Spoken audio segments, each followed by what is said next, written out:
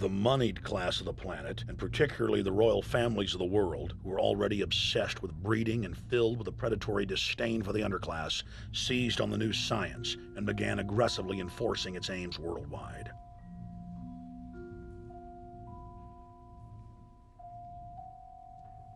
Biometrics appears to be a new science, but it was actually developed by Galton back in the 1870s as a way to track racial traits and genetic histories, and as a way to decide who would be licensed to breed.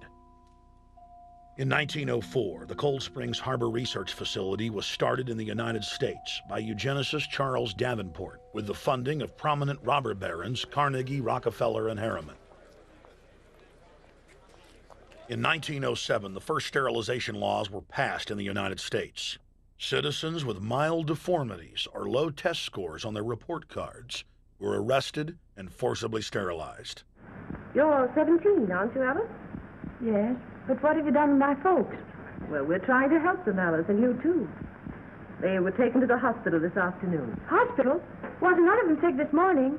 We thought it necessary to present your family's case to the State Medical Commission. After an examination, they decided there was but one important action to take: to have your entire family sterilized. Why, what's that? I don't know what you're talking about. Now, in this state, we have a law which provides for such people to have an operation so there won't be any more children. I see. Now, we've placed your brothers in institutions where they'll be properly cared for. But you can go back to your job soon. I'll arrange to have it held open for you. But I'm keeping my job. I'm not going anywhere. Now, you're going to the hospital too, Alice. And you mean they're going to stop me from having children ever? Exactly. I'm all right, I tell you. I won't go to any hospital. We don't want any trouble with you, young woman. If you refuse to go, the officer here will take you by force. In 1910, the U.S. Eugenics Record Office was set up. By then, the British had created the first network of social workers, expressly to serve as spies and enforcers of the eugenics race cult that was rapidly taking control of Western society.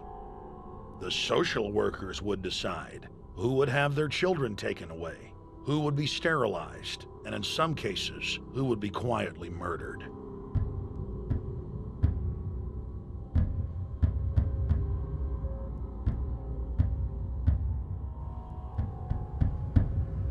In 1911, the Rockefeller family exports eugenics to Germany by bankrolling the Kaiser Wilhelm Institute, which later would form a central pillar in the Third Reich. At the 1912 International Eugenics Conference in London, eugenics becomes an international craze and gains superstar status. The futurist and best-selling sci-fi author H.G. Wells had studied biology under top eugenicists and was spreading the new faith worldwide. In 1916, H.G. Wells' lover, Margaret Sanger, starts her promotion of eugenics in the United States. In 1923, Sanger receives massive funding from the Rockefeller family. Sanger wrote to fellow eugenicist Clarence J. Gamble that black leaders would need to be recruited to act as frontmen in sterilization programs directed against black communities. In 1924, Hitler pens Mein Kampf, or My Struggle, and credits U.S. eugenicist as his inspiration. Hitler even wrote a fan letter to American eugenicist and conservationist Madison Grant, calling his race-based book, The Passing of the Great Race, his Bible. Hitler developed the plan for mass extermination of the Jews and what he called other sub-races, as well as the handicapped, from Grant. By 1927, eugenics hit the mainstream. The so-called science was aggressively pushed through contests at schools, churches, and at state fairs. Churches competed in contests with big cash prizes to see who could best implement eugenics into their sermons. Major denominations then tell Americans that Jesus is for eugenics. That same year in the United States, more than 25 states passed forced sterilization laws, and the Supreme Court ruled in favor of brutal sterilization policies. When Hitler came to power in 1933, one of his first acts was to pass national eugenics laws, modeled after laws in the United States.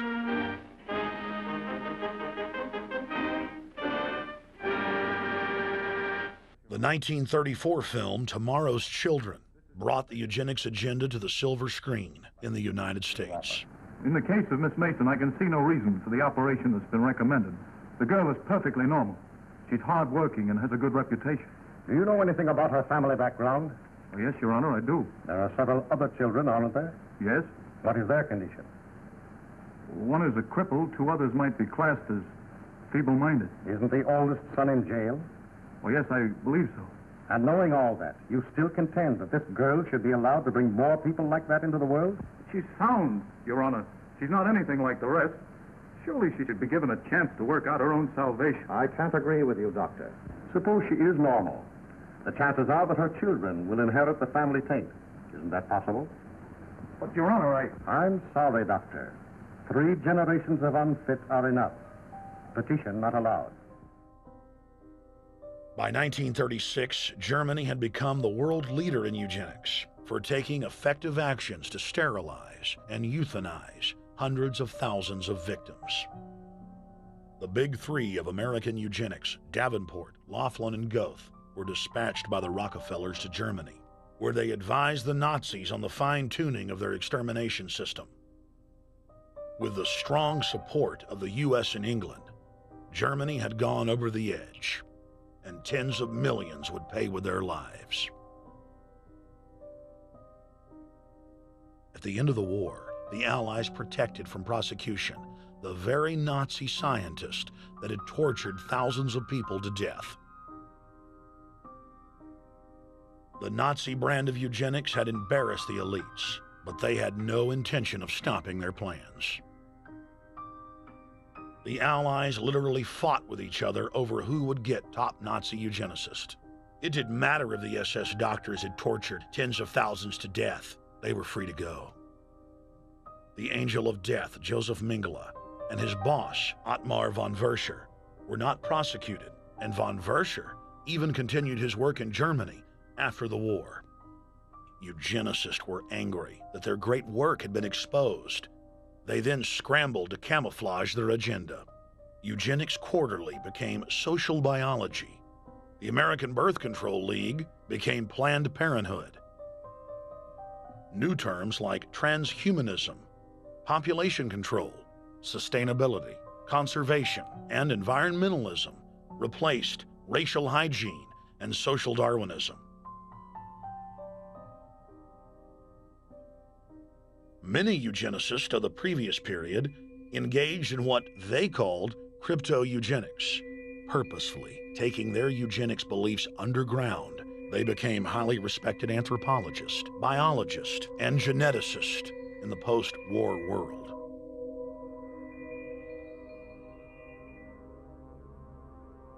The Allies then smuggled thousands of Nazi scientists out of Germany and placed them in key scientific positions, ranging from bioweapons to rocketry throughout the military-industrial complex. The founder of IBM was a devout follower of Hitler. Thomas J. Watson had supplied his punch card computers and IBM technicians to the Nazis for use in the death camps. Tattoos on camp victims were IBM human identification numbers, which fed into the computers. IBM had used similar punch card systems as early as 1928 in a Jamaican race mixing study. The first real computers were literally invented by a eugenicist for eugenics. UN chieftain and unrepentant eugenicist Julian Huxley argued that since the leaders of eugenics had founded the environmental and conservation movements, that they should be used as vehicles in the formation of a world government. Just as H.G. Wells had envisioned, this government would be controlled by a scientific dictatorship and would be guided by the principles of eugenics. Huxley created the World Wildlife Fund with Bilderberg founder and former SS officer Prince Bernhard of the Netherlands and Prince Philip of England. In the event that I am reincarnated, I would like to return as a deadly virus in order to contribute something to solve overpopulation. Prince Philip, reported by Deutsche Presse Agentur, DPA, August 1988.